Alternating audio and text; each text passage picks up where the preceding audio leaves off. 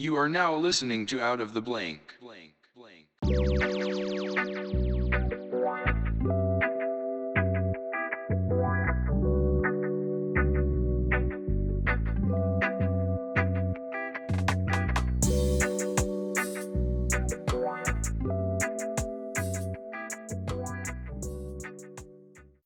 Welcome to another episode of Out of the Blank podcast. I'm here with Matthew Watson. Hey, how you doing? Matt, tell me a little bit about yourself. Professionally, I'm a funeral director. But as you have me on today, I operate a cooking page where I cook with nothing but cast iron. All right, I really got to ask because I've been waiting really, really long to get a funeral director on the podcast.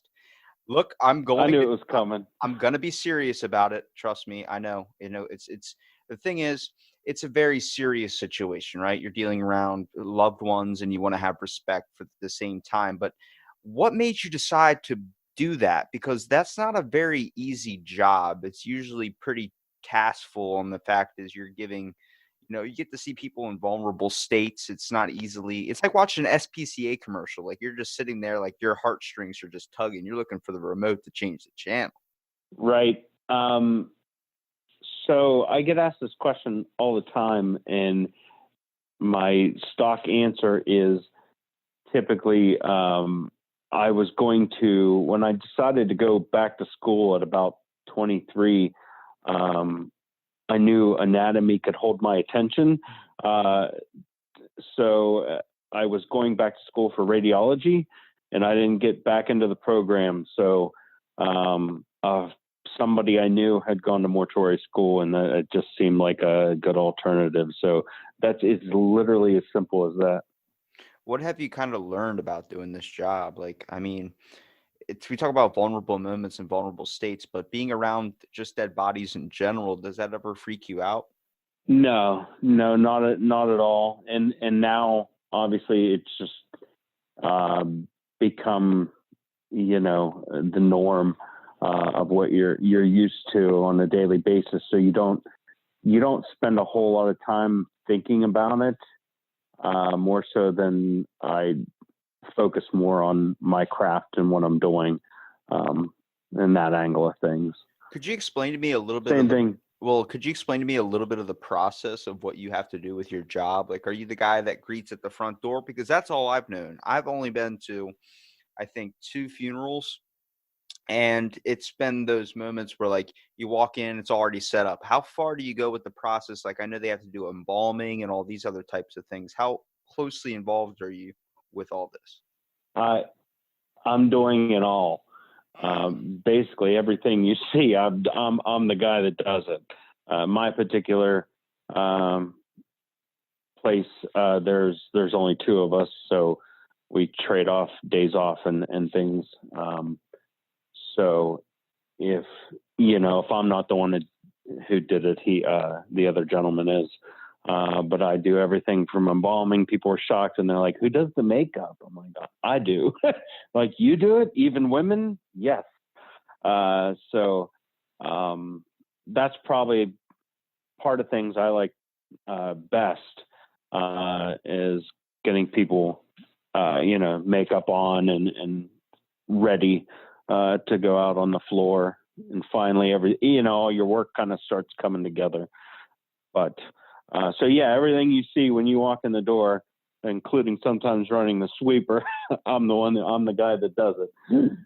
Now, did you get into this? I know we talk about anatomy and everything, but kind of, do you find Yeah. that it's pretty easy to do the job only because it's like you don't have to really deal with a lot of people besides like when the funeral is actually happening? Most of the time, you're like just kind of working with yourself. I always noticed in all those true crime, or if you're watching like CSI or something, there's a guy in the like where the bodies are, and he's just headphones in, just rocking out, just doing his thing, just comfortable as hell, looking at toe tags, writing stuff down. I'm like, I get it. If you're a night owl or if you're someone that really doesn't like to socialize, that would be a very good gig. You would think, but I'm also meeting and making the funeral arrangements. So you're very much dealing with families and family personalities, and the best personalities come out at weddings and funerals, right? So I had, just a quick story, I had a family one time. They were having basically, they want a basic cremation, didn't want anything. The person didn't have insurance, and they were still fighting. I had no idea what they were fighting about, but they were still fighting. There was no money, there was no services, there was nothing to bicker over, but they were still bickering. So you still have to deal with all of that.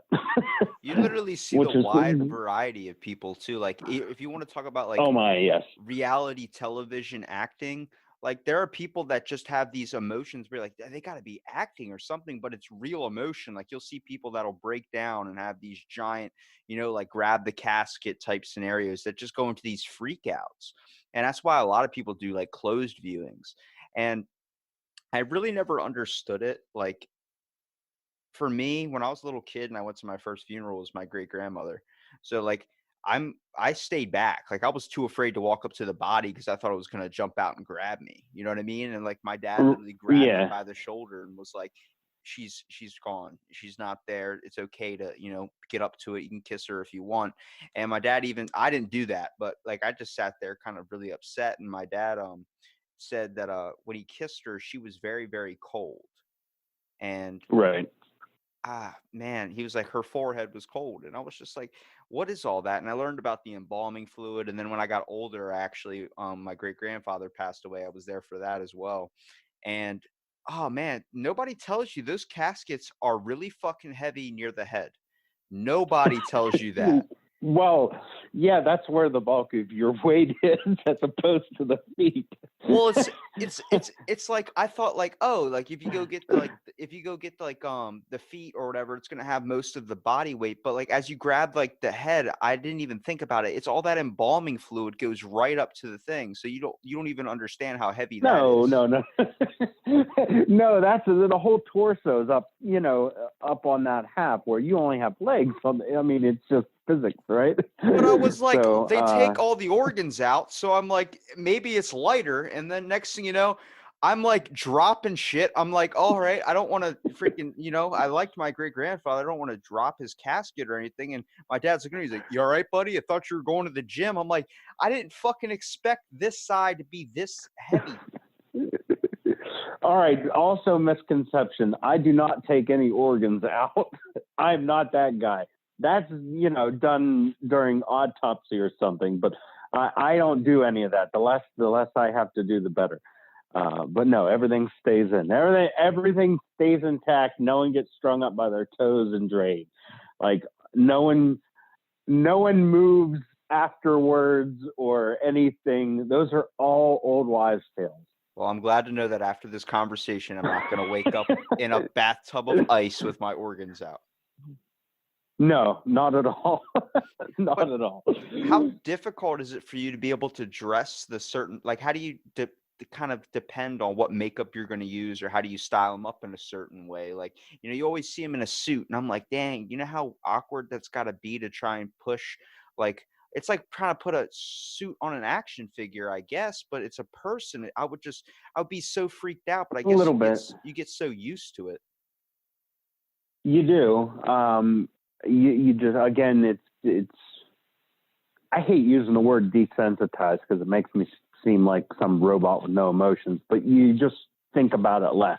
Your mind space is in else somewhere other than where a grieving family. They when people ask you about how do you do that, it's got to be so difficult. Their frame of reference is that grieving family, and and being sad about a death, and sometimes some hit you differently than others, but that's not where your head is. You're doing a different thing. You're doing different. You have a job to do. Now we can focus on what is one of the best things about your job. The best things, getting paid. Yeah, obviously. I mean, like, is there one thing you've kind of saw advance a little bit your way when you kind of just been involved with this for so long? I mean, probably the amount of people that you get to meet. something I enjoy more than others nowadays is doing memorial services, because people tend to bring in more stuff, and I sometimes I like doing that. I'm creative. Um, so when people bring in a lot of stuff, I had a lady, actually did her pre-arrangement a few months in advance, and the daughter said that she was a seamstress. She loved to sew. And I started kicking out ideas right then and there. I'm like, we ought to get a sewing machine and set up, not just a picture in an urn. And that's what ended up happening. I actually had a antique singer at home. So I brought that in, and she had like a box of her mom, or glass jar of her mom's buttons, and just a couple things like that. And it just made for a really cool presentation. So they bring all this stuff in, and now I get to put it all together and make it aesthetically pleasing, like a puzzle. So I enjoy doing that kind of stuff. That's the part that is really, really powerful too. I feel like those are the ones that bring you Yeah. to tears, is when they get the memorial all set up. Like, you go to view the body, it's sad that you get to see your loved one passed away and you see them laying there, but they're in a better place or something. And then you look over and you see like the family photos. Like, my first went to my great grandma's funeral. I was 14 years old or something. I was very little. I didn't, this is my Yeah. first thing. I didn't honestly know what was going to happen. And I walk in, it's like, you get to see everyone that you've never seen before, like from, the people that are close in your life to the family that's like second removed, third removed, and all this stuff. And I'm like, all right. And like all these people are just looking at me like, there's the immediate family walk up and everything. And me and my dad walk up. It's just, we're her, like, besides my great grandfather and my dad's parents, that was really it. And we walk up and it's so sad, like, when you see the memorial, you either feel really happy or it hits you really, really deep. Like, that's what brought me to Right. tears, was when I'm seeing all the family photos and everything. And I remember, like, you Right. know just all the times I used to go up there, and that was my dad's, like, people that raised him when he was a kid, because his parents had kids when they were 16, 17. So they were still young themselves. So he was always at his grandparents' house. And just to really be around that, see all the wonderful moments, it pulls you two ways, I would say. But the fact that Sure. someone puts that together like yourself and creates it in such a way that's honorable, I mean, that's amazing. I appreciate that. Yeah, I had a guy, family one time. The guy raced cars, not on like a big level, but like around town, or at tracks and small stuff. But he had a suit full and helmet and everything, and they bring it in, and now I'm like, how am I going to display this, right? So I literally got one of our like flower racks, and I taped a dowel rod to it, and I basically put it on there as if it were a mannequin. Had the helmet. I had a guy not too long ago. This is years later. I'm at a cemetery doing a burial, and it was a cemetery I don't make it to very often, like a couple towns away. And the guy was, "What funeral home is this again?" He said, "Oh yeah, I've been there before. My friend of mine raced cars, and they had a suit set up." And it kind of tickled me. I said, "I'm the guy that did that." He said, "Yeah, it was really cool." So, sometimes you don't always, I don't look for gratitude like whatsoever, but it like, who doesn't like to hear those things? You don't always get that immediately of, that was amazing, but years down the road, it's nice to know that someone took notice. Yeah, I remember my great grandfather literally walked up to the funeral director and was like, "Thank you so much. Like, you made this beautiful. Like, it really brings out, a lot of what I love about her and everything." And that was his life. I mean, they were married for 70 something years. And I mean, that's not it. Like, that's when you find your life partner. I mean, that's when the funeral director got me too, because like, you get the pamphlet and you get to see, like, we drive to the cemetery and everything, and then we're sitting there, and like, they're doing the last speech and everything, like, say your last goodbyes, that type of thing, before it goes in the ground and everything. And I'm sitting there, I'm like, all right, I'm pretty sure I've cried enough. Like, I got it all out. I feel okay now. And then the dude starts reading off the sermon or whatever it is, the final goodbye. And Right. oh God, it brought me to tears immediately. And I'm sitting there like trying to be strong, and one of the most heartbreaking moments I've ever had in my entire life was watching my great grandfather cry. Like, I have never seen that man show an ounce of pain or show an ounce of sadness, and when that happened, I was like, I'm done. Like, let's go. Like, it's, afterwards, I don't know why we all decided like, well, let's go out to eat afterwards. I guess that's just a way of cheering everybody up. Like, hey, let's go get some crab legs. It's like, well, shit, okay. Let me get in the mindset to draw a picture on my menu or something. Holy crap. Well, here's a little history lesson for you. So the tradition of eating afterwards actually came from certain cultures believed they were eating the sins of whoever died. So, and I forget the term now, but it literally meant sin eaters. So they would have a feast afterwards. But it's also about dinner time and no one's eating. So it's a good time to eat. You probably got really interested in, just with doing this job, the history of kind of this work in general. Yeah, well, I love history anyway. So my funeral home is part of a larger company that owns about 30 funeral homes up and down the East Coast. But so in my little group, I have towns like 5 miles apart. So we have two buildings. The one building has been in existence since 1881. So I have a museum room set up. There's a ton of antiques up in the attic that I pulled out and put on display. So yeah, it worked out. Well, after going to my first one, I got really interested into the history of just this work in general. And I started like, how often do you notice that it's mostly that you're dealing with like cremations, or you're dealing with something a little bit different, such as, I would say, like a different way of kind of being buried? I know that, we all look at like the open casket or something like that as being that like the thing you want when you die or something, so your family can view you. But I feel like it's becoming pretty popular with all the new technology and stuff, being able to like, have a tree planted after you, be able to be put into an urn. I know this was a big thing back in the day. There was an issue with people that were doing grave robberies. Right. Literally, where people were, they're taking their loved one and bringing them home, the body, and having it in their house because they were afraid of their, that's always a big thing. You're trusting someone with your individual, your loved one or something. They're afraid that their stuff's going to get taken, what's going to happen to the body, all this type of stuff. It's on your mind constantly. All right. Well, yeah, I mean, that's what Ed Gein did, right? Which later became the movie Psycho. But cremations definitely become much more prevalent in our society. One of those big reasons is expense. And there's a whole shift of the baby boomers their spending trends of they're going to opt for cremation. And it really is not an easy business to be in because of that. However, so what I see a lot, I talk a lot about is we're still bearing the downside of my grandparents, the baby boomers' parents.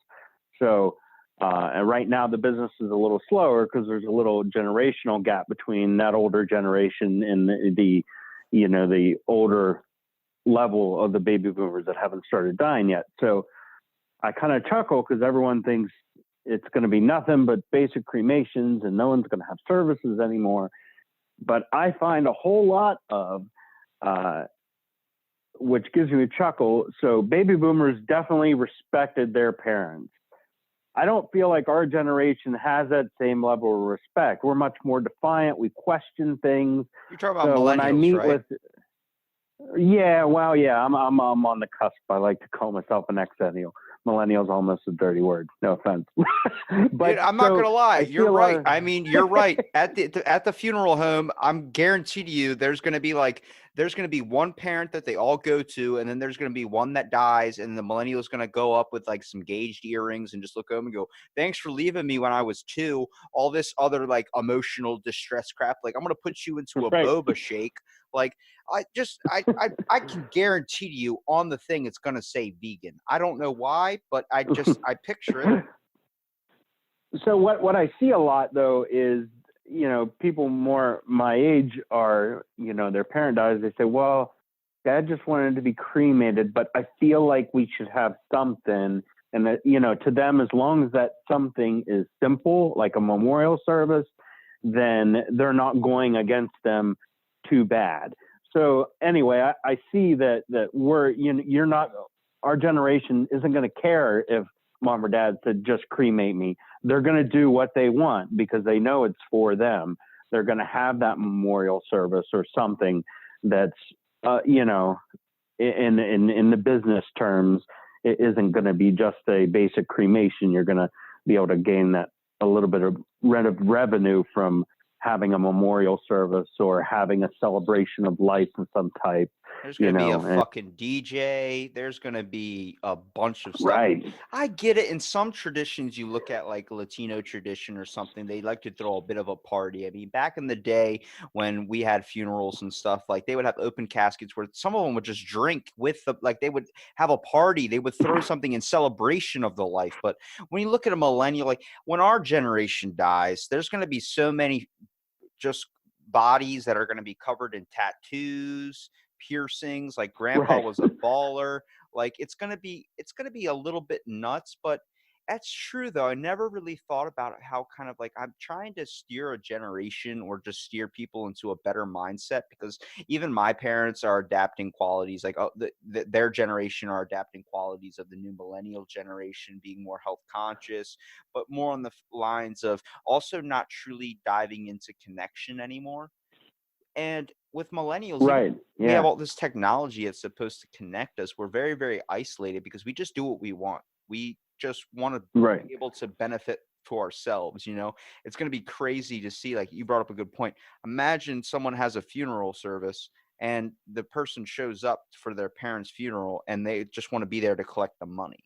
Like, what's this? Like, how many times do you see a horror film or a murder mystery or something where it's like, oh, I killed him so I can get everything that he has in the will? It's like, okay, you're heartless. Yeah. I one time I had a hospice call and say, I don't know what to do. This gentleman died. The son came in, asked where his wallet was, and turned around and walked out. And I'm like, I've never had that happen before. Like that was probably the most severe case of, I don't, what's left, I'm booking. That's all I was interested in. But everyone deserves a level of respect, at least to have their body taken care of, but how often do you have to go to like a home service? I know that's pretty popular too. No, I've never had a service in the home. That was something that they used to do before funeral homes became more of a thing, where people, you still hear people talk about how strange it was to see great grandma or something laid out in the house. And we still have antiques around of when they used to go there. We have the backdrop. It was literally like a framed back drapery for in the home. And people were talking about, I misunderstood them, but I thought they were talking about doing it in their house. And I kind of got excited. I'm like, all right, I've never done this, but this sounds cool. And they're like, oh, no, that's not what we meant. I'm like, oh, well. I'd be like, what you cooking? Like, what are you serving? Are we getting full on meals, pie? I would like some pie. Nothing's better than dealing with death with a pie, for sure. Now, all right, we're going to hop off this topic soon. Don't worry. I'm just saying. I got you. When it comes to the urn aspect, I have the biggest question I've been trying to get figured out for the longest time. Now, when they cremate the body, are you involved anywhere in that process? I don't personally cremate, no. I'm trying to figure out how do they know they're getting all of your family member in the urn and not getting like a piece of someone else's relative that's left over on the ground. I like someone mentioned they take a shop vac to it. It doesn't seem like what it is, but I am curious because I do have an urn at my house and I want to know if that's all of my loved one or if that's like part of somebody else's, because it's going to get weird if I'm talking to multiple people at once. You know, I don't have schizophrenia, Right. so it's going to be a little awkward. And this is why we have a 2-page cremation authorization that gets signed.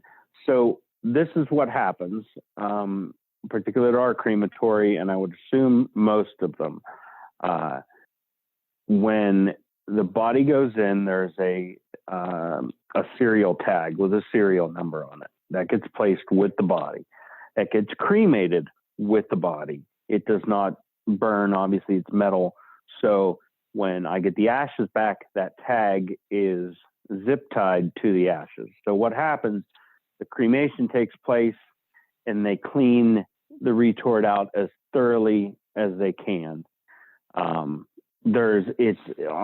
It's on the authorization. Obviously, it's reasonable that every particle of ash cannot be cleaned out. So, you know, the chance that there's some microscopic particle of somebody else is very probable, but overall you have that person's ashes if you're going to a reputable crematory that has these things in place. Our crematory, if someone wants to go, they're allowed to. We have clean viewing facilities for that sort of thing. I've only had 2 people go. One was the gentleman was Native American descent, so the spouse wanted to be there to burn some sage while he went in, and the other one was just pure curiosity. But it was like almost 10 years into my career before someone ever said, I think I do want to go. And I'm like, oh, all right. You just scared the living crap out of me of what's going to happen with the millennial generation when most of like their loved ones pass. Like you're going to be seeing selfies with the body. You're going to be seeing, oh my God, you're going to see so much, dude. You're going to see, they might even pull out an altar and start lighting candles and start trying to do a summon or something. They pull out a Ouija board. Pictures are typical.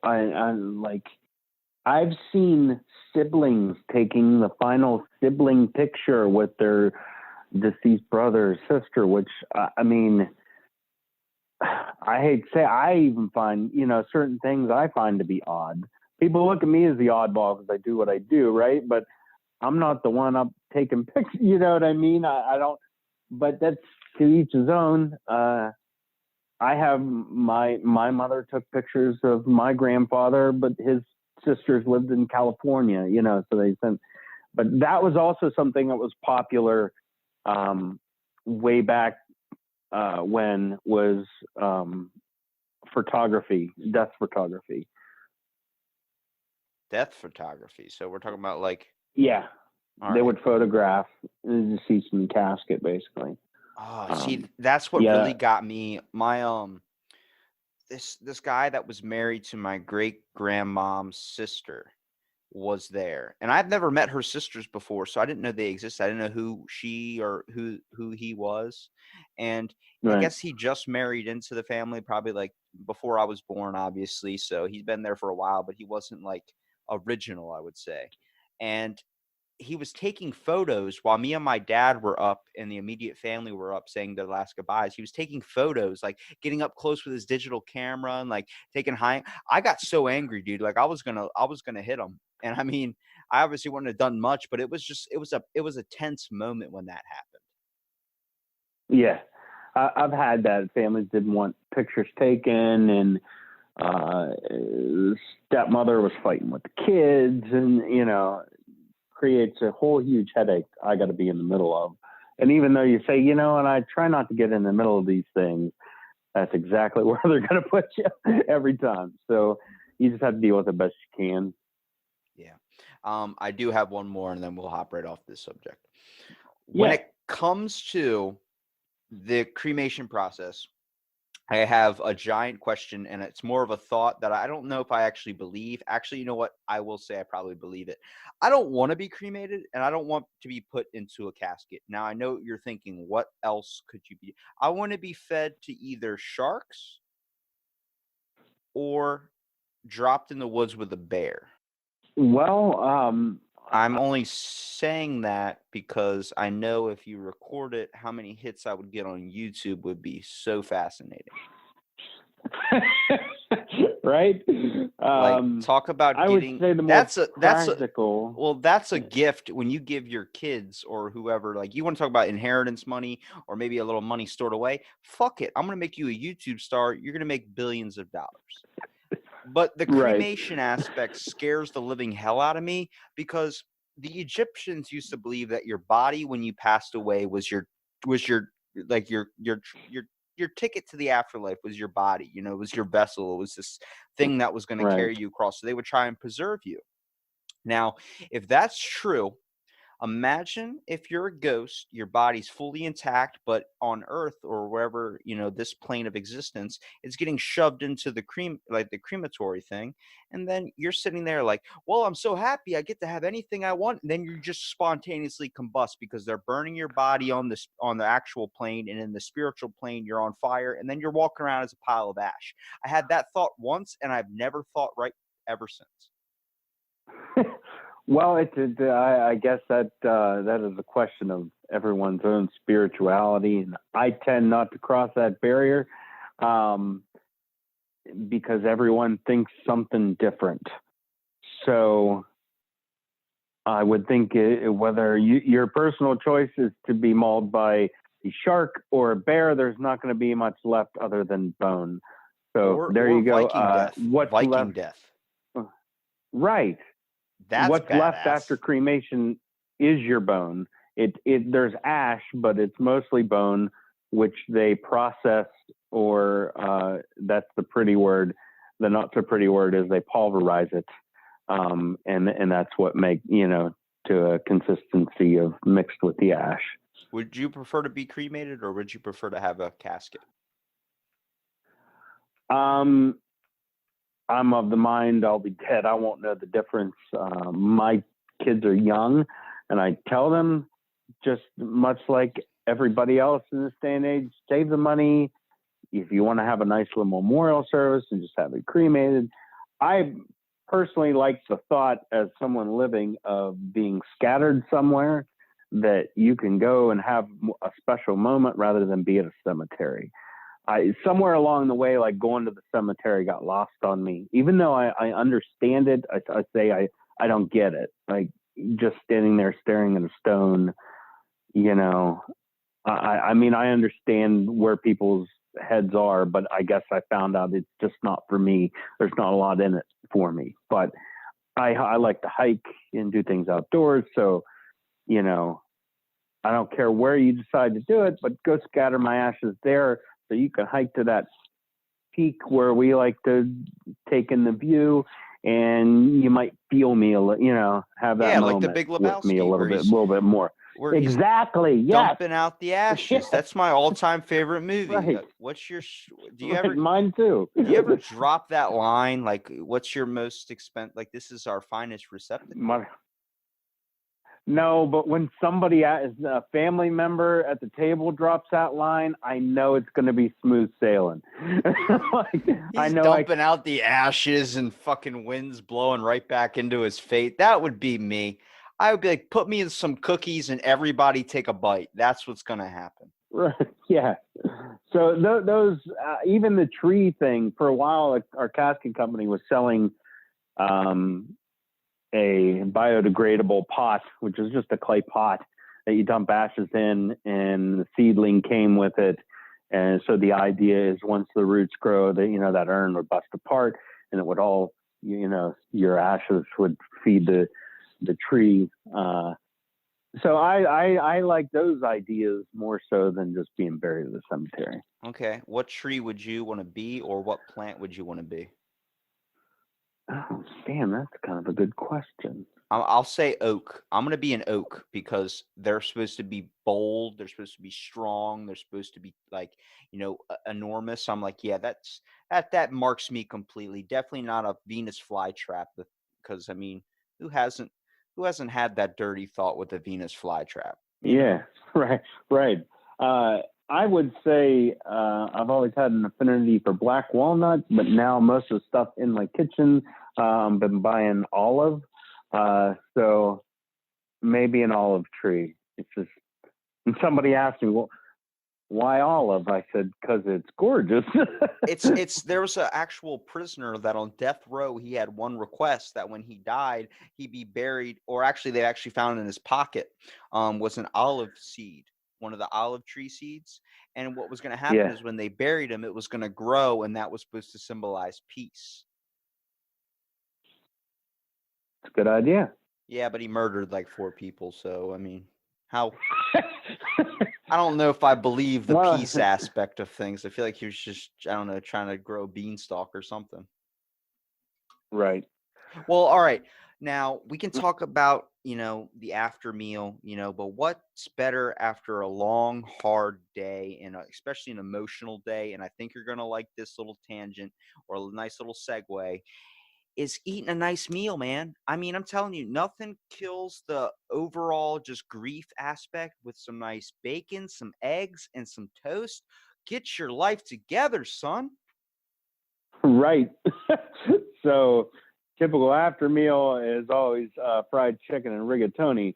But yeah, for me, I grew up in an Italian family, pasta of just about any variety. So uh, Well, how unfortunately, like how'd you get into cooking, by the way? Like, well, you have the cooking thing on the side. I'm guessing you fell into it because, like, you just, after being such with a stressful situation all day, you found another hobby or something where you kind of pursued this cooking passion. well, it was a combination of like things. So I got into cast iron as a Boy Scout, and I just fell in love with it. So I wasn't very good in Scouts. I wasn't the guy who was good with the compass, and I wasn't the guy who knew ecology very well. I was always the guy that cooked and volunteered to cook. So that's like where my obsession with cast iron started. But I'm a single dad, so and I've always been able to cook.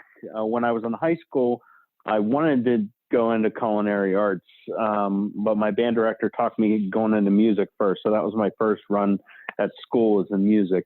But I got tired of being like just a couple of trick pony. Like there was only a few things I really cooked. The rest of everything kind of feels like just warming it up in a skillet. So I just started being brave. People see the food that I'm cooking and don't think that they can do it. I'm like, it just takes bravery, and it takes understanding why you screwed it up 2 or 3 times before you got it right. And once you start building those skills, things just become easier. Like, all right, I'm going to try this, and it just turns out perfect. Um, so I consider it like a level. Like you work so hard to get to a level and you keep failing the level over and over again, but then once you beat it, you don't have to worry about trying to redo it or go back to it. You know the exact process and you can work on perfecting it to the point like you're never failing it again. You just become good at it. right, completely correct. So I had a lady asking me most recently. I made ravioli. It was the first time I made ravioli, but I've been making pasta, fresh pasta, for the last year. So in that time, I had shitty dough. It didn't turn out so well. It's still very edible. We still enjoy eating it, but it wasn't as smooth as I wanted it to be. So the more you work with anything, the better you're going to be with it. So it's become second nature. What do you typically specialize when you cook? Like for me, I'm a big clean eater. I do have the inner fat kid where if you notice in my least past episodes, I have created a bunch of recipe ideas because I have that inner fat kid, and I'm going to definitely toss a recipe your way to see if you can create it. Only because I for so long have been eating the same thing over and over again to the point where I'm at now, like for 7 years, have just been salad after salad with the occasional, like maybe a dip of something, like maybe a spoonful of pasta or something, but my body just doesn't react to it correctly. And like kind of learning all about the nutrition, it is nice to dive outside the realm and especially enjoy some like what they call a cheat meal. But I mean, I've learned to adapt Right. off of like maybe 600 calories a day. And I know that sounds like there's no way, but I went from like eating an apple a day. So I mean, literally one apple and surviving off that, my body just would just wouldn't get hungry. And then I kind of bulked up. I had to kind of force myself to start doing small meals and all these types of things. But you know, I put in cans of tuna. I'm cooking a lot of fish, grilled chicken. Shit is bland, dude. I'm not gonna lie. I go through probably a bottle of hot sauce every 2 days, and I probably kill maybe a thing of paprika in like not even a week, like maybe 3 days. You know, and Well, things that add flavor that are overlooked. And I listened to the gentleman that had the cheesesteak truck this morning, actually, and he was talking about he made garlic paste with just salt added, garlic and ginger, stuff like that. Even most seasonings, they're not going to have calories in them. Like, I don't understand why people aren't seasoning their food. I found out, and it was like an aha moment. I started to join more like cooking groups on Facebook. So a lady was, like, it's a white people thing not to season your food, and it clicked because my mother definitely does it like salt and pepper. That's it for white people, and I don't like it's joking, but a large majority of them, that's it. It's all it's getting used that's in the all the kitchen. I don't spices get that get why. used. That is true Right. though, because and if you look at any like my buddy tried to eat healthy one time and he's like, "Can you teach me how to eat healthy?" I'm like, "Yeah, man, just maybe order a salad from time to time, get some like shrimp or something and it make it a nice little thing and there you go." And he's like, "All right, okay, cool." He gets dressing dumped all over it. I'm like, "Dude, you're just annihilating the salad at this point." It's just like dressings are the worst. You have the skinny dressings you can get, sure, but honestly, you can get so much more out of a salad. Like what I've learned by using spices, first of all, learning my spice cabinet. Let me tell you the top seasonings. Oregano, because that shit makes it taste like Domino's pizza crust. Your life has now been changed. Another one, cumin, makes it taste like Taco Bell meat. Bam, another one that's good for you. Lemon pepper seasoning, that's really good too. And ginger to turmeric, whatever you want to say, it's good, but it's like the benefits aren't that much. Like what are you It's talking? It detoxifies your oh no liver. no no ginger. No, ginger is fantastic for your digestive system. I make I'll tea. fucking I die then. boil. You know what? I don't care. Ginger to me, when I eat it, I'm like, I'm eating chalk. This is chalk. I'm a health nut. And someone's like, but the benefits are for liver detox, for digestive system benefits, for overall quality of life. And I'm like, well, then I guess my six pack doesn't mean shit if I'm not consuming a thing of ginger. It tastes like chalk. I'm okay with, maybe adding, I like black pepper. I'm from Maryland, so you dump Old Bay on everything. Um, Right. it's I I get it. started. So I got to a point where uh, I wanted to start making everything as humanly possible from scratch. So even seasonings. I used to be a seasoned salt nut. A friend of mine said I put it on everything that's hot, right? From the time I was young till probably just a year or two ago. I can't remember the last time I actually used seasoned salt other than what I now make myself. So I started saying, what is in this bottle that I buy that I can produce myself that's probably going to taste a little bit better because I'm using whole peppercorns and, good ingredients, herbs that I've been trying to grow myself and dry myself and, and things like that. So what's been driving me crazy lately is people on YouTube or people that have Instagrams that are popular I was doing my research to make ravioli, and this lady said, we're going to make Alfredo ravioli. And the camera panned down. She had a jar of Bartoli Alfredo sauce and prepackaged raviolis. And I'm flipping out. I'm like, why am I watching? Like, I realized they probably appeal to soccer mom coming home at 5:00, but, and I don't think I'm, better than anybody else, but I come home at 5:00 and cook just like you see. In fact, everything you see me post are meals for my kid. Like, that's what dinner is. In fact, they hate it because I got to take pictures first. But I mean, that's the art of plating. I'm not gonna lie. When I make a nice meal and I prep it up real nice, like half of the enjoyment is in that before photo. But I'm always so hungry when I'm cooking. Like, I never. It all depends on where your household is what you're really eating. The older generations, like my great grandfather who grew up in the 20s, he was the type of guy that when he ate the chicken wing, he eats everything off the bone and even some of the bone. Like he told me when I was growing up, like, if you eat some of the bone, it's just calcium. It's just whatever collagen and going into your body. I'm like, okay. So I just got used to that. So if you ever see me eat a chicken wing or something, you're like, what the fuck are you doing? You're sticking the whole thing in your mouth. Well, my great grandfather, dry, yeah. yeah, my great grandfather was like, don't, you don't get another one until everything's gone, until there's nothing left. Like if there's a chunk of the bone missing out, I'm not going to be upset with you. And when you start looking at, like, they dump salt on everything. Before salt was bad, before that actually gave your food flavor. I mean, back in the day, salt, like we used to preserve our meat with that before there were freezers. We used to do so much to it. And like even with bread, like you see a bunch of people get into artisan baking and all these types of things.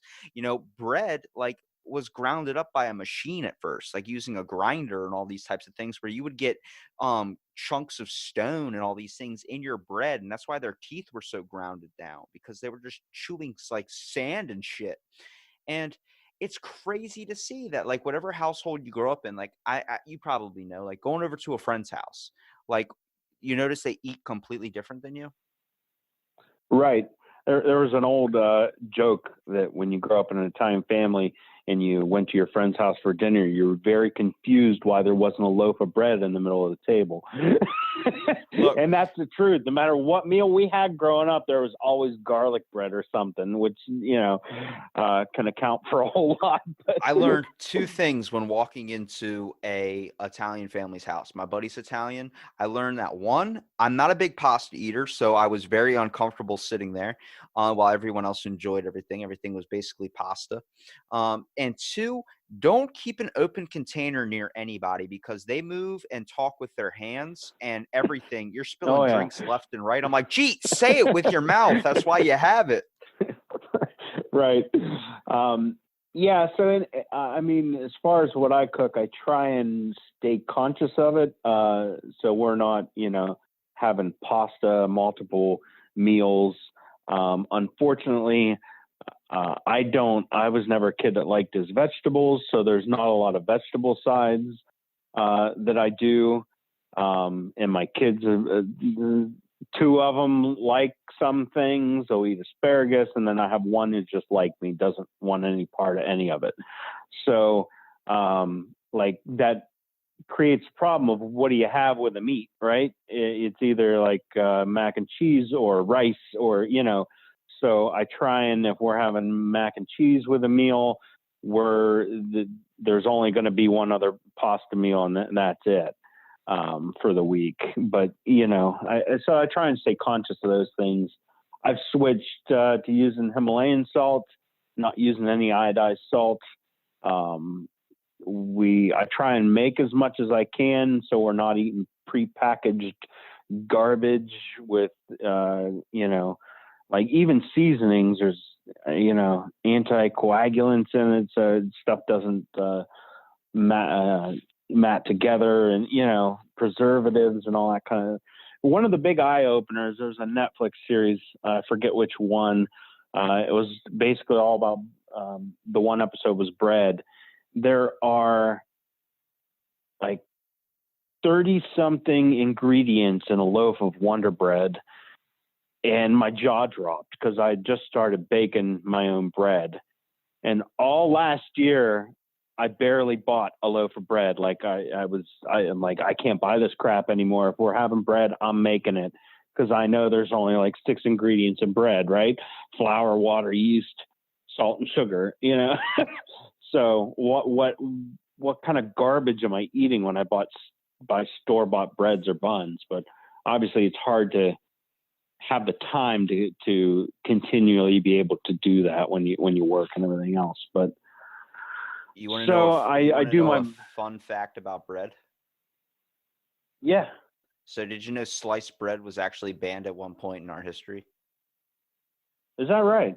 Because it was way more time consuming to slice the bread before packaging it and giving it to people in like those loaves. So they would just like, you get the bread slices and everything. That was taking way too much time because people were doing it by hand back in the day during war times.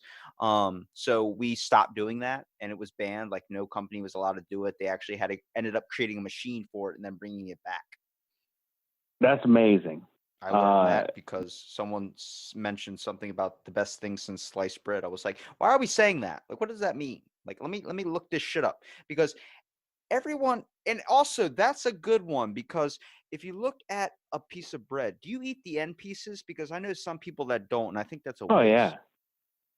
Oh yeah, that's like the best part as far as I'm concerned. Yeah, but statistics show that only reason people don't eat that end bread piece is the fact that it just looks unappealing. I'm like, well, what the fuck? Like, so? Like, I've seen some really, really, really, really cheesy and sloppy looking food that is some of the stuff that's like, oh God, like it's enough to make you feel amazing. Yeah. Yeah, I could never be one to be on an Atkins diet. There's just no way. You telling me And you're part not of keto, it, bro? like, You're not keto? no, I'm a big guy. I've always been a big guy. I go to the gym, I work out. The best I got is being like linebacker size. You know what I mean? Where I'm healthy and maybe a little bit muscular, which I am not. But I have gotten to an age where I'm like, yeah, I got to do something if I'm going to continue to like be able to hike and things of that nature. But I'm just simply not willing to give those things up. Like that's part of my enjoyment in life, is laboring on a Sunday over fresh pasta and enjoying that. There's a balance, or you have to know, your proportions. And I feel like everything in moderation, once you get that balance, you shouldn't have to cut anything out of your life. I tend to think this whole gluten-free craze is partly bullshit. It is. Everybody, every doctor, you have a gluten deficiency or a gluten I literally allergy. just had my doctor try and tell whatever. me that I had a gluten intolerance, and I'm like, there's no fucking way I have a gluten intolerance. Dairy intolerance, sure, because when I eat eggs, and for the love of God, I love eggs, I will fart up a storm. Like, I mean, afterwards, everyone in the house is like, it smells like rotten eggs. I'm like, then get the fuck out. I'm sorry. I enjoy eating an egg omelet or something. I've been woken up at 2:00 in the morning asking to go outside to pass gas. I'm like, why the fuck did you come upstairs to wake me up just to tell me to stop farting? But when we look at, my great grandfather ate meat every single day of his life until he was 94 years old. There is no correlation that any of this stuff is super, super bad for you. Everybody's body is genetically different. I've seen people that live, a vegan lifestyle in their 30s and then end up dying. Like, what happened there? It's just, I feel like when your time is here, your time is here. You know what I mean? There's just something that's going to happen. And I really get enraged a little bit at the vegan movement. Only because I don't care what you eat. I don't care if that's cool. But it's become a political thing where people are like, I'm vegan, bro. Vegan. I'm going to put it on my bio. I'm going to put it on my this. Like, I eat a vegan. And they have this sense of entitlement like they're better. I'm like, let's just let people eat what they want to eat. Like, if I'm going to eat celery or if I'm going to eat asparagus and I know my pee is going to smell bad afterwards, that's the dice I'm rolling to be willing to kind of enjoy my food. Right. Exactly. So, yeah, I just now my struggle is, I have this platform and followers, and I struggle to find something new. I'm always out there, like, sometimes lately I haven't. Sometimes I'll have a really good week. I'm making all kinds of good stuff, and I got lots of posts. And then like this week, there's only been like a couple, because we've had just some normal meals, and I'm thinking, all right, what am I going to do next that's really going to wow people, so I don't have to post the same thing over again. Well, what do you typically prefer to cook? Lately, so most recently I got a cast iron wok, and I'm really enjoying dabbling into Oriental cuisine, which I'd like to do more of.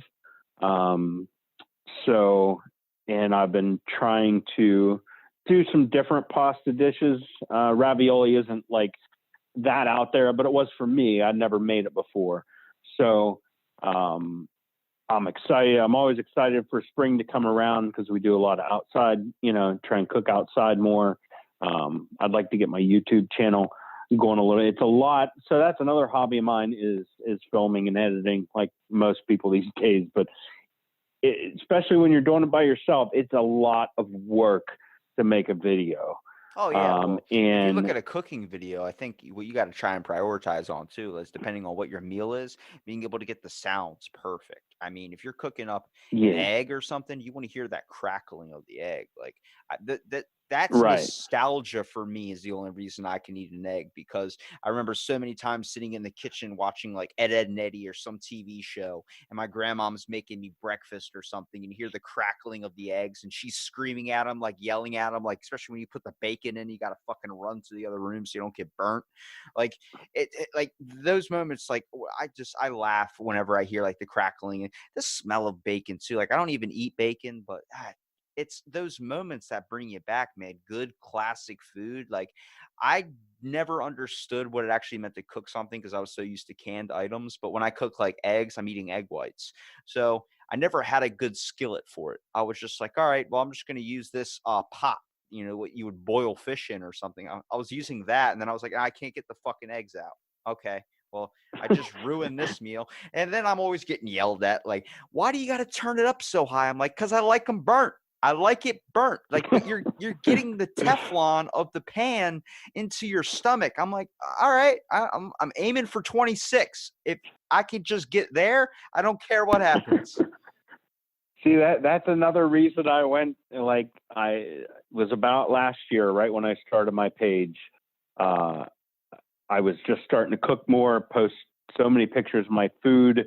I thought I might as well just start a page. Nothing for that. It'd be kind of fun. Create my own thing. I made my own logo.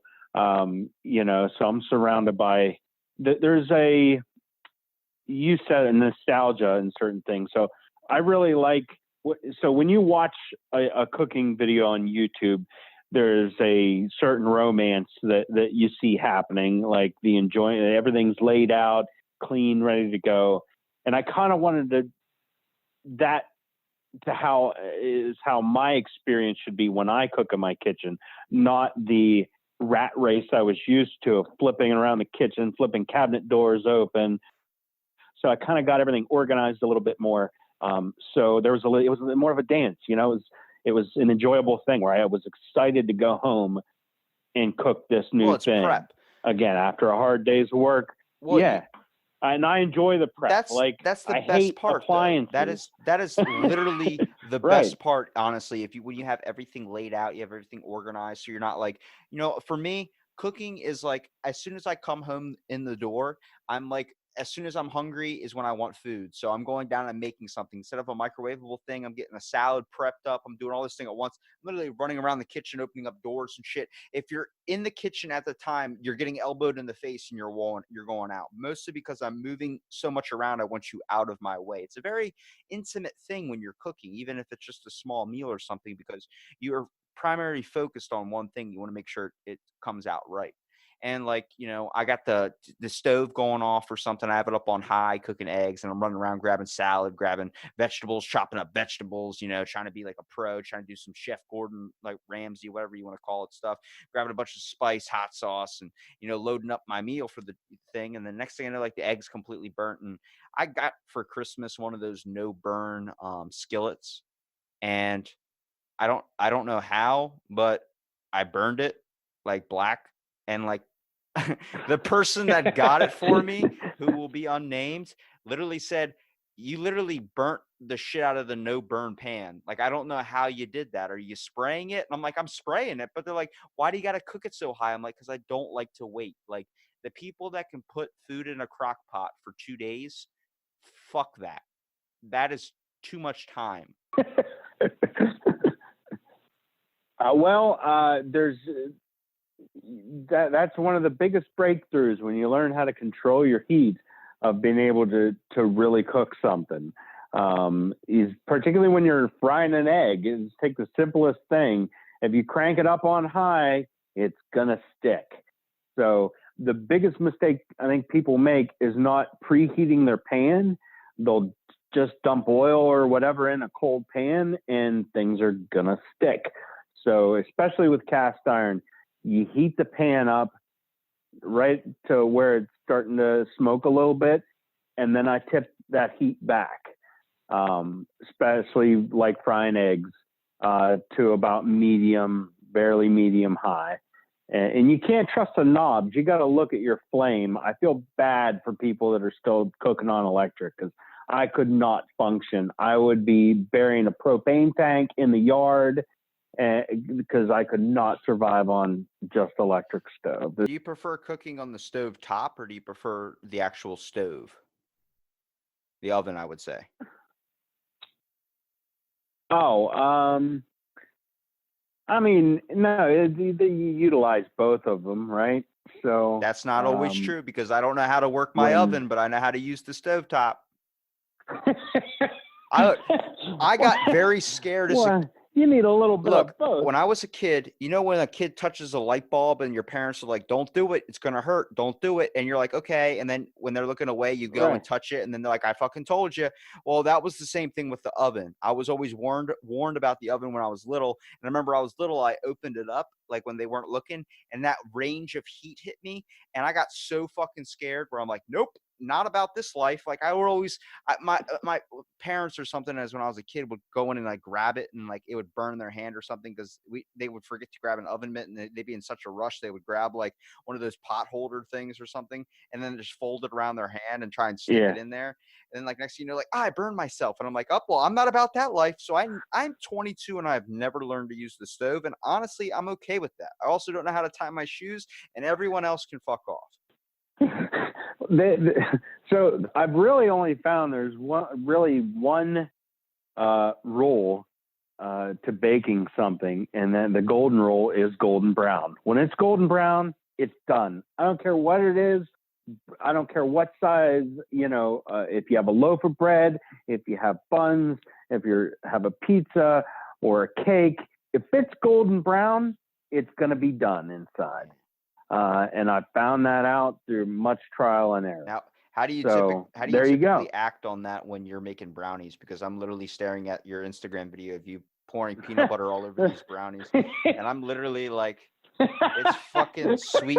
It's just over and over again too. It's not even anything else like the afterwards. Like, I don't know which one I'm on. I must have swiped over to the actual first video of it, but those are nights of boredom. I'm just sitting there going, "Man, I'm bored. I guess I wouldn't mind having a snack. I really don't have anything." And I'm like, brownies can't be that hard to make. And then I'm like, well, I can't post just a boring plain brownie. So I'm like, screw it. I'll make peanut butter sauce.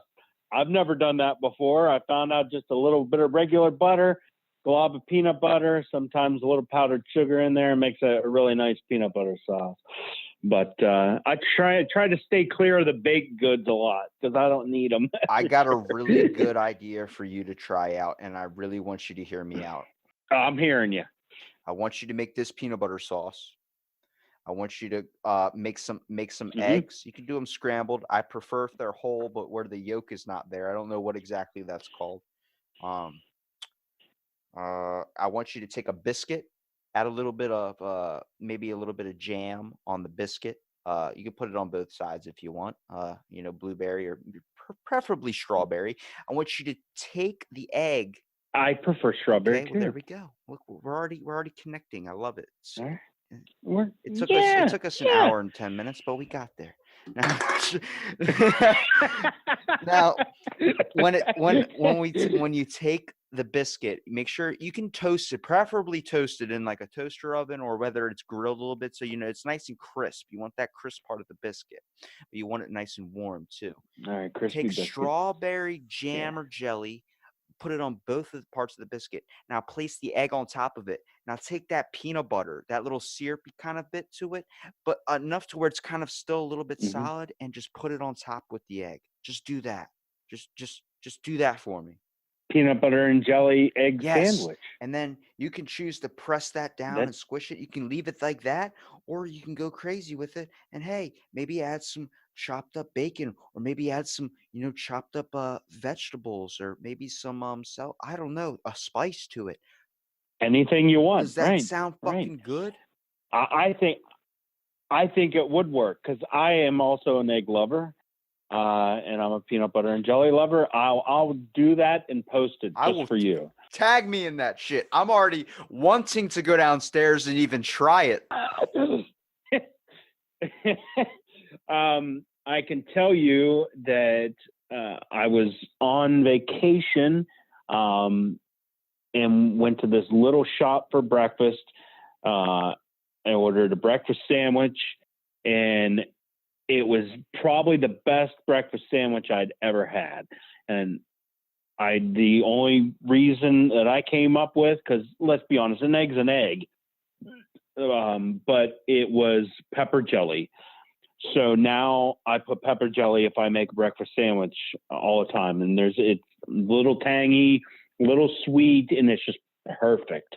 So strawberry jam, peanut butter isn't. At first, I'm like peanut butter on eggs until you brought in the jelly, and I knew where you were Bro, going. if you add a little bit of black pepper on the egg before you put the peanut butter down on top of it, You I'm have telling to. you, that's what you do. And I do have to ask this question. If you make that, I would appreciate it. But I do have to ask the question, do you prefer ketchup on your eggs? Oh God, no, Thank you. no, Thank you. no. This is a question I'm asking every chef or anybody that owns a restaurant business on here, because this decides if, the conversation continues. Because if you put ketchup on your eggs, I'm sorry, Dad, if you're listening, it's wrong. You're doing a crime against humanity, and I don't know why you do it. And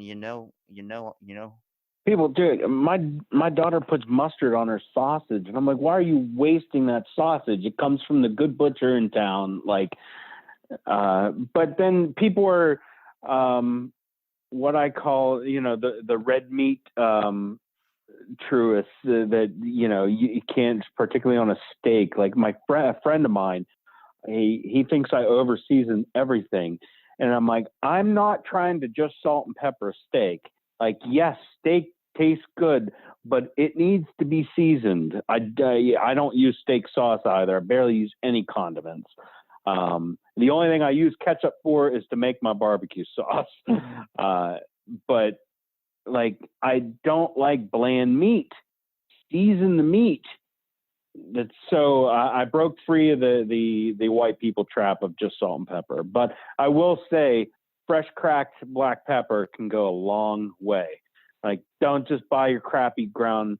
Everything that I make, I seek out what is the best ingredients I can use in this. And it doesn't always mean expensive, which I think that's the misconception, is good ingredients means it's going to cost me a lot. It's not really. Well, look, you gotta prove these people wrong out here now that are probably like, peanut butter in eggs. Like, there's no way anybody could get that done. I'm like, if you watch the video, people, of what I just saw of peanut butter being poured on brownies, it's a 10-second, maybe like 8-second video, but I probably spent 45 minutes of this podcast just having it on next to my computer while staring at it and talking to this wonderful man.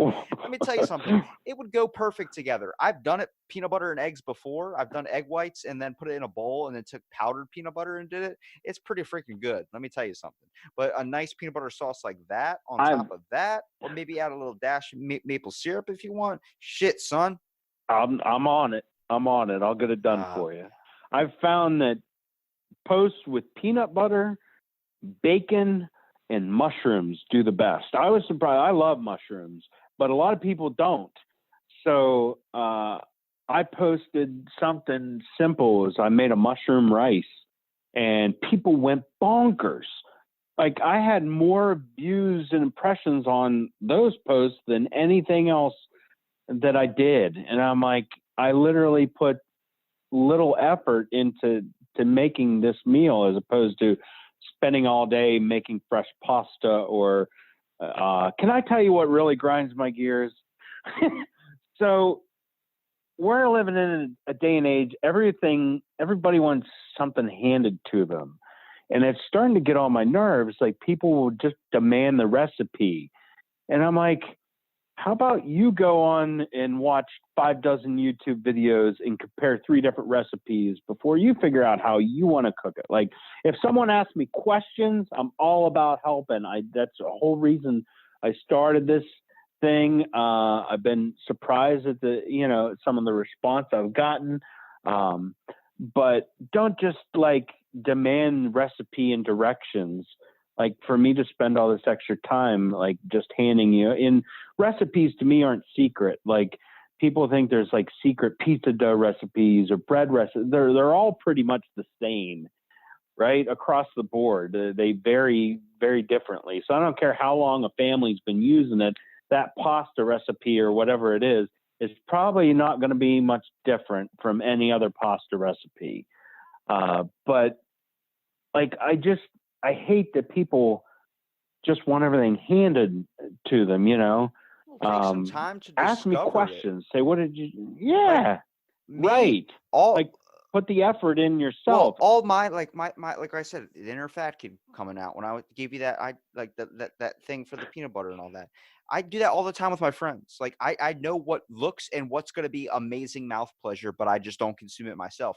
I think if I tried eating one of the Right. things that I actually said I would create, I know I would love it, but I end up with losing that aspect of it, because if you start to notice, when people are suppressed is when they start to get really good at that thing that they're suppressing themselves from. So like me not enjoying like greasy Right. fast fried food or something, I know what the hell would be amazing on a sandwich, because I know what my body is like, my taste buds are craving for. Like, what would happen if you just stuck that Eggo waffle inside of a hot pocket and fucking fried it, and then you added some peanut butter or something, and and my buddy's like, I'm gonna try that. Then my buddy tries it. He's like, this is the best thing I've ever tasted. I was like, he's like, you should make a cookbook. I'm like, I want to teach everyone their inner fat kid. The amazingness of how good food can taste with some crazy ass combinations you would never think twice about. You got to be freaking Christopher Columbus in the Yeah. kitchen, man. Yeah, you do. It's again just about bravery. You can't be afraid to screw up a few times. And so the first time I made bread, I was in my early 20s. I got my great grandmother's bread recipe, where they're making bread because you just don't go buy it. During the Depression, that's what you did. You cooked everything yourself. And it turned out awful. So I just finally said, you know what? I'm going to give that another try. And I'm still like dabbling with it. I have a recipe book kind of ready to go, but I'm still not happy with the way my breads and buns are just turning out very dense.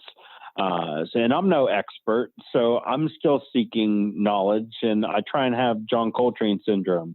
John Coltrane never thought he was good a day in his life. And if he was as good as he was and always thought he could be better, then where does that leave the rest of us? So I'm always seeking to do anything I do better. And I don't feel like it's worthy to put out there for people to spend money on, as minuscule as it'll cost, if it's not the way I want it.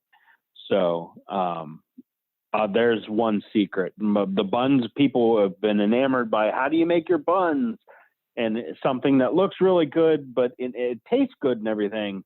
But it's just, I know it's very dense and it needs to be fluffier. So I'm still trying to make something better. Honestly, I could tell you any type of trick that could help you kill cravings and all these types of things, but I don't really like sharing that information only because I don't want people limiting themselves to some of the best parts about life. Like the biggest mistake I've ever made in my entire life was when I took my fitness journey and I decided to look at the nutrition label. Now every time I grab an item, I'm looking at the nutrition trait, like the nutrition label of calorie content, all these types of things that really don't matter. You know, it's it's difficult because I've started noticing recently, like especially like a lot of the hashtags like healthy eating. It's a lot of people that have their fitness pages or their Instagram page is like a fitness account, like weight loss journey Jenna or weight loss journey this, and I'm like watching them eat. They drive Yeah, me but I'm nuts. looking at their breakfast meal and I eat more than that. Like they literally have a yogurt and then it's like Yeah. 4 blueberries and then it's like a mix of like a handful of peanuts. I'm like, what? And they're like, Weight Watchers minus 20 points. I'm like, okay, first of all, that is the saddest breakfast I've ever seen. Where's the eggs? Where's the sausage? Where's the hash brown? Where's the biscuit? Like, it makes me want to snap. And I'm like, I Yeah. don't mean to be a jerk about it, but like, for some people, I get it. You know, you can survive off that. But we're living, when you become suppressed like that, you're not limiting or you're not giving yourself the aspiration to chase after food. You know, you're not become emotionally Yeah. addicted to it, but understand that it's something that's meant to be respected and it's supposed to be enjoyed, especially with your family. I mean, now we are dealing with people that don't even sit down and have a dinner anymore. The average household family meal that used to happen maybe 7 days a week is now cut down to three at the most. And it's like 5 minutes of just shoveling food in them. Right. Exactly right. So me and my girls, we sit down at the dinner table. When they were younger, I rented a house that didn't really have a big kitchen, and the dining room was kind of their playroom. So me and their mother at the time just ate in the living room, and they had a little toddler table in the next room, and I hated that. Like once I bought my house, I couldn't wait to have meals at the dinner table like normal people do. But that unfortunately isn't the norm anymore. And it's a shame because it's lost. It's there's a whole lot more around healthy living than just eating healthy and weight loss and all those things. And food's part of it. Sitting at the dinner table and keeping your mind healthy and engaging with one another and all those things. And, I'm a bigger person.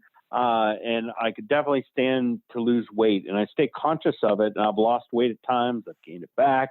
I stay active. I go to the gym. I enjoy hiking and things like that. But I would probably qualify for like weight loss surgery, which seems like everybody's having done these days. But I won't do it because it takes that choice away of what you can eat and how you can eat. And I'm not just talking about overeating and gorging yourself, but if I want to sit down and it's pasta for dinner, I want to enjoy it. I don't want it to labor over it, or I ate 2 bites and that's all I can eat. That to me sucks. That's no way to live either. So take your heart attack at 50 or give up everything that you enjoy. Take your pick. Now, if I had to say, what's your worst meal that you've ever, like worst food that you've ever had, like one you hate, dude? I can tell you mine straight off the back. I can't stand bratwurst. Um, it came from an experience when I was little. I feel like a lot of the times, like if you're sick and you eat a certain food, every time you get around that food, you get sick or something. So my dad is from Baltimore and he loves bratwursts. I mean, and I remember one time I was really, really like deathly ill to the point like I was at home. I think I was off school for like 8 days. And like it was one of those things you would get up and get nauseous. I just wasn't eating anything, maybe a little bit of toast, but it wasn't staying down. It was terrible. I was so little at the time, maybe like 6 or 7. And I remember this is the time when I guess you like chapstick for me was a big thing. Like I didn't know what it was. I honestly thought it was candy. So I was technically eating it, I guess. I don't know. Maybe that's what was probably making me so sick. But first of all, you don't have grape chapstick and expect a child that little to eat, not to eat it. Like I didn't understand. They make some good flavors of chapstick. There's peach, dude, out there that I mean, if you pull out a Yeah. nice peach chapstick in front of me now, I might take a quick bite. You know, it's like Slim Jims, man. Just take a quick little nibble.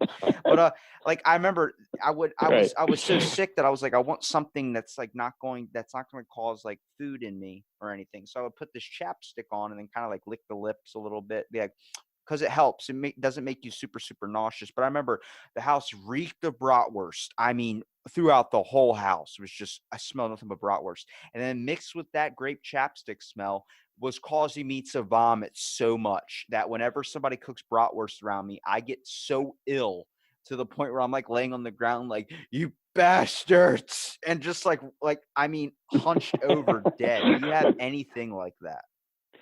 I don't eat bratwurst either. I had a weekend with my dad once when I was younger, and we had sausage on a Friday night. I had the leftovers Saturday, and then we ended up having brats turned around. So when I came back to my mom's on Sunday, I remember waking up my bed and just shocking.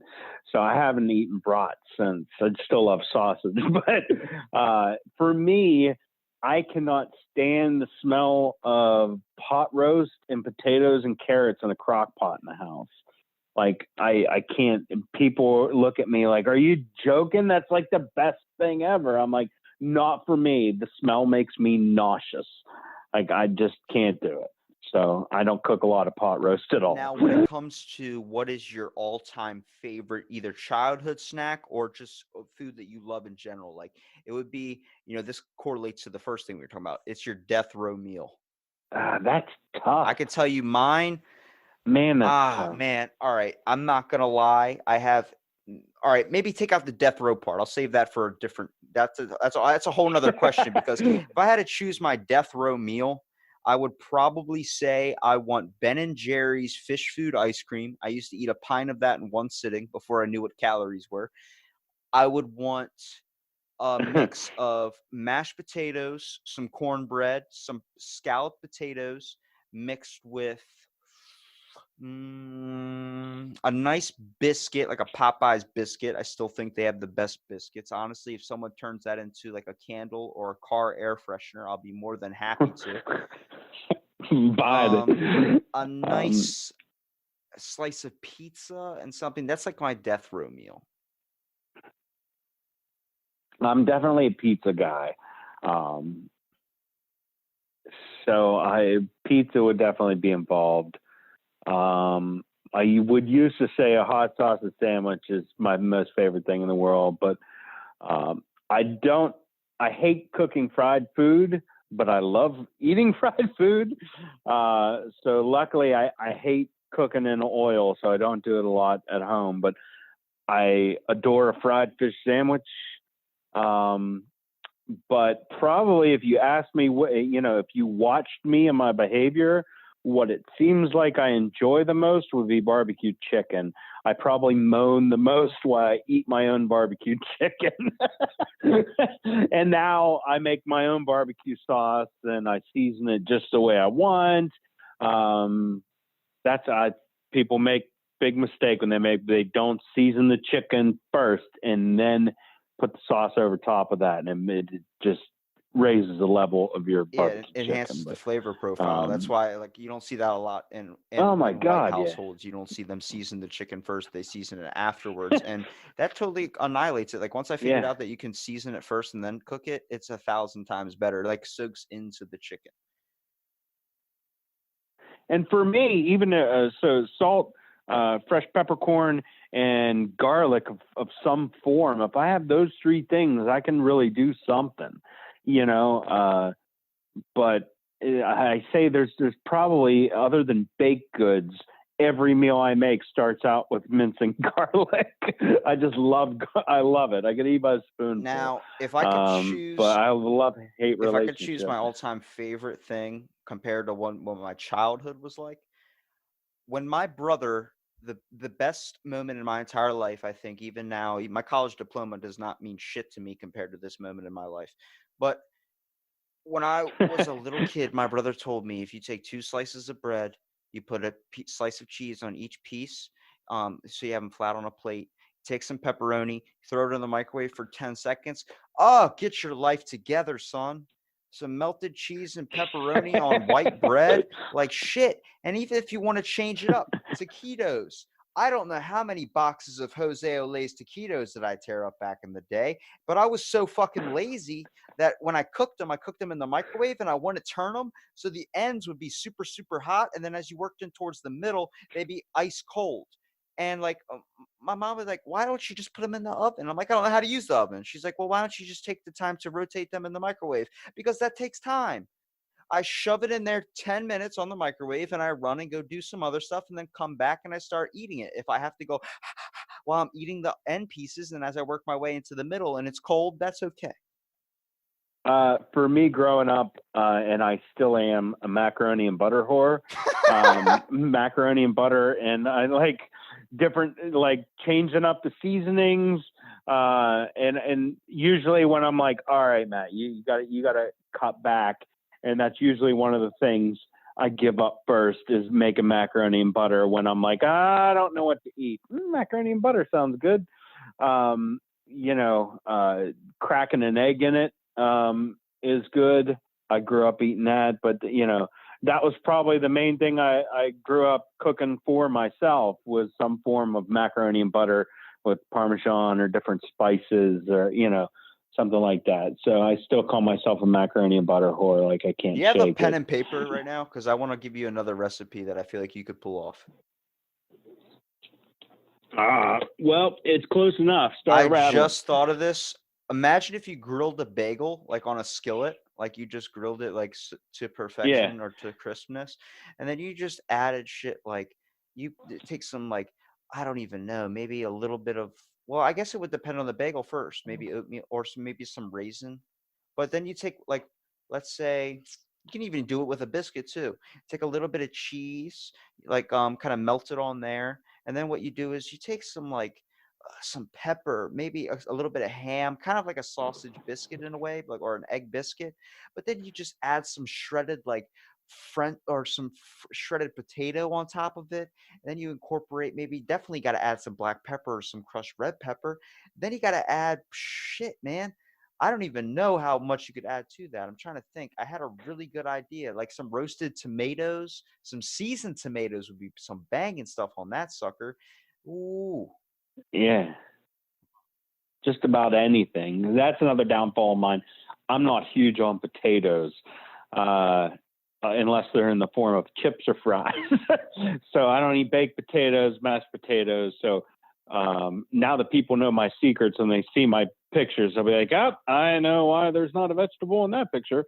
But like tonight, I do believe I'm making gnocchi, and that's a form of potato that I'll eat, mixed in. well, how do you prefer your French fries? Thin and fried.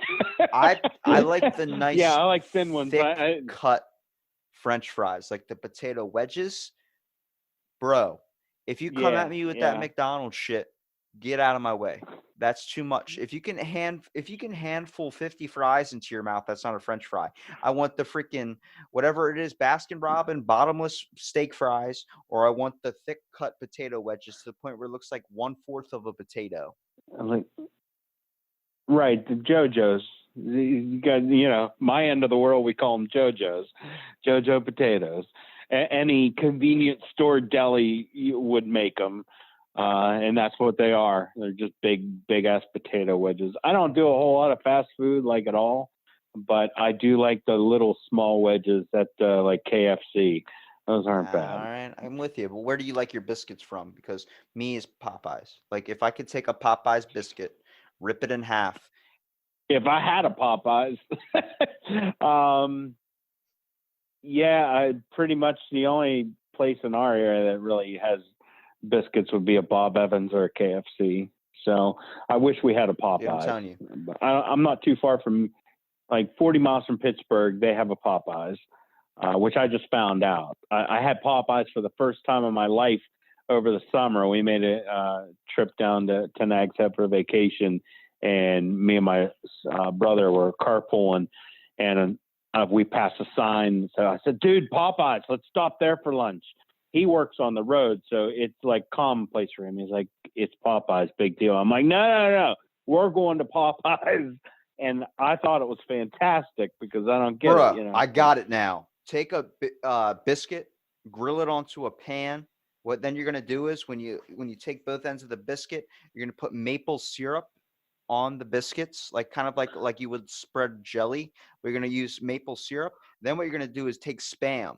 You're gonna take whatever type of flavored chip that you want, such as like Fritos, Doritos, whatever type of flavor you specifically want. Let's do spicy sweet chili, or let's do like a nice spicy nacho. You're gonna crush it up into a nice kind of powder, roll the Spam in that, and then kind of maybe grill it, or then add it on top of the biscuit with the maple syrup. Then use some diced up maybe pineapple or something. Then there's your biscuit. There's a lot of elements there. You gotta. I don't do a lot of Spam, but some type of meat like that, you're like a onto thin something. ham or something. You're like combining a few different. Yeah, something like that. Or even like a bacon sandwich. And cooking's not supposed to be a lot of people fun or enjoyable. It's supposed to be damn delicious. Right, exactly. Everybody that says like cooking's a passion of mine. I just love how long it takes 8 hours in a crock pot till I get to just start cooking my meal. I'm like, okay, well, let me tell you something. It's also about how it tastes. If you can get it done, if it takes a while and it tastes pretty fucking good, I'll be more than happy to wait. But let's start the process ahead of time, so when I am hungry, I don't end up eating a bag of chips and then not being hungry when the meal comes out. Right. Along that lines, like no matter what you do in life, there's still an element of work to it that in the back of your mind's going, man, this sucks. Like hunched over my counter making pasta all day on a Sunday. Eventually, by the end of the day, I'm exhausted. Right? It wasn't all just fun, smiles, enjoyable like you see in a video, but there is that element of payoff at the end when you're eating it. It's just awesome. I posted not long ago. I was by myself. I had some pasta I'd thrown in the freezer. I had a jar of my own sauce that I canned over the summer, and I had some meatballs in the freezer. I busted all that out, and for a quick meal, everything was still homemade, and it was just utterly amazing. And I came to the realization, like, something as simple in our minds, like spaghetti is one of those. I open up a jar of ragu and toss it together on a weeknight kind of a meal, but it doesn't have to be that. It can be something just amazingly delicious, is blowing your mind away anytime. So I think that's best said, man. I mean, I appreciate you coming out and talking to me for so long. I know it's definitely, I think the name says it all in the podcast, but I appreciate you taking out that journey, and I really want to give you here a minute at the end to kind of promote your content too, because I'm not going to lie. If anybody couldn't tell throughout the podcast, it's probably around lunchtime for some of us, and we're pretty fucking hungry. So, my name on all platforms, Facebook, Instagram, and YouTube are Matthew's Cast Iron Kitchen. I'm going to try and do more videos and boost my YouTube channel a little bit. I'd like to get a little more of a following there, have a little more motivation to put that extra work in to do videos. I'm kind of at a level where I'm starting to solicit to get free items too. So I have a little bit more to post. So I have a rocket stove, what's called a rocket stove coming, which is an outdoor cook stove, and a couple other things. So I try and I just strive to constantly have something good and new and fresh and interesting to post to keep things interesting. So I'm open. People can send me messages ask questions. Despite how it sounds, I'm willing to share recipes. I just don't like those people that just demand them and like hand it over to me and not. I've tried this before, but I had these problems. All right, I'm willing to help you. So yeah, that's it. Well, thank you so much for listening to this episode of Out of the Blank podcast, and stay tuned for our next episode.